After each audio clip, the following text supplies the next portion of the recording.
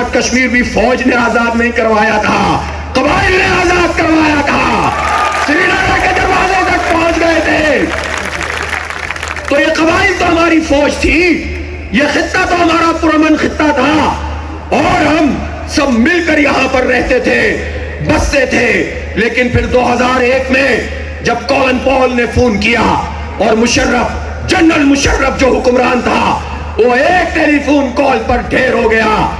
جو وہ جنرل مشرف جو اپنی طاقت کراچی کے عوام پر مسلط کرتا تھا، اور جب 12 مئی پر 58 لوگ شہید کر دیے گئے تھے، ایم کیو ایم کے دہشت گردوں کو کھلی چھوٹ دے دی گئی تھی، تو مشرف نے مکے لہرائے تھے کہ دیکھا کراچی میں میری طاقت۔ لیکن یہ جرنیل اپنی قوم کو تفقہ کر لیتے ہیں، امریکہ کے ایک فون کے اوپر ڈھیر ہو جاتے ہیں، اور اس نے سب کچھ امریکہ کے حوالے کر دیا، اڈے دے دیے، ایئرپورٹس اور ہمیں لاجسٹک سپورٹ دے دی، نیٹو کی آماجگاہ بن گیا۔ اور پھر اس کے نتیجے میں کیا ہوا؟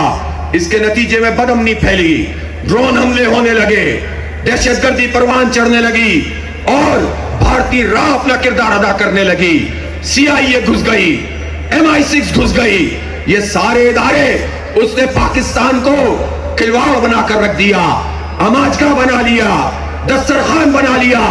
1 لاکھ لوگ شہید ہو گئے، عوام بھی شہید ہوئے، فوج کے جوان بھی شہید ہوئے، اور پھر کہا گیا کہ آپ آپریشن کرنا ہوگا۔ آپریشن کرنے سے پہلے ہمیں یہ نہیں بتایا گیا کہ جو دہشت گردی ان تمام علاقوں میں ہوتی ہے تو دہشت گردوں کو جگہ کس نے فراہم کی۔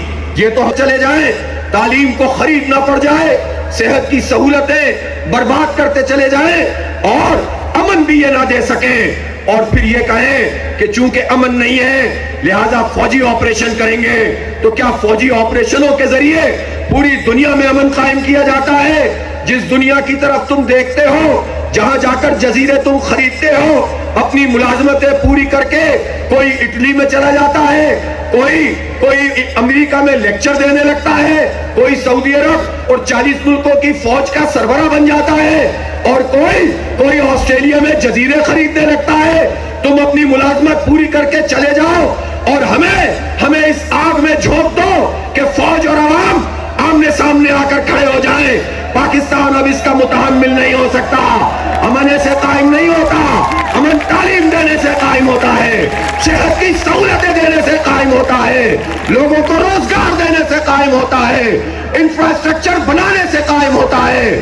اس لیے یہ اب یہ گن چکر، یہ امریکہ کے کہنے پر جو کچھ ہم پر مسلط کیا گیا ہے، یہ مزید نہیں ہو سکتا۔ 2001 میں کیا تھا؟ کوئی بم دھماکہ پاکستان میں نہیں ہوتا تھا۔ ان بزرگوں کو یاد ہوگا، ان جوانوں کو بھی یاد ہوگا۔ 2001 سے پہلے پورا خیبر میں پوچھنا چاہتا ہوں، پاکستان میں تنخواہ دار طبقے نے پچھلے سال میں 375 ارب روپے کا ٹیکس دیا۔ آپ کے خیال میں یہ جو ہزاروں ایکڑ والے جاگیردار ہیں، یہ جو سینکڑوں ہزاروں ایکڑ والے وڈیرے اور جاگیردار ہیں، انہوں نے کتنا ٹیکس دیا ہوگا؟ انہوں نے 4 سے 5 ارب روپے ٹیکس دیا، تنخواہ دار نے 375 ارب روپے ٹیکس دیا، اور اس شہباز شریف نے تنخواہ دار پہ ہی ٹیکس لگا دیا، جاگیردار کو ایگزم کر دیا۔ یہ ظلم کا نظام نہیں چلے گا، یہ جاگیرداروں کا نظام نہیں چلے گا۔ اس کے خلاف مزاحمت کریں گے، اس کے خلاف جدوجہد کریں گے۔ منیر کے نوجوانوں، اس جدوجہد کے لیے تیار ہو، لڑنے کے لیے تیار ہو، آگے بڑھنے کے لیے تیار ہو۔ تو پھر دیکھو، ہم نے 12 جولائی کو اسلام آباد میں پورے ملک سے لوگوں کو آواز دی ہے۔ جب پورے ملک سے لوگ پہنچ رہے ہیں، اپنا حق لینے کے لیے پہنچ رہے ہیں، تو پھر جب اپنا حق حاصل کرنے کے لیے اسلام آباد لوگ آ رہے ہیں، تو کیا بنیر کے نوجوان نہیں آئیں گے؟ کیا بنیر کے لوگ نہیں پہنچیں گے؟ پہنچو، انشاءاللہ تمہارا استقبال کریں گے۔ ایسا سیلاب لے آؤ وہاں پر کہ پھر یہ IMF کے ایجنڈے پر عمل کرنا چھوڑ دیں، عوام کو ریلیف دیں۔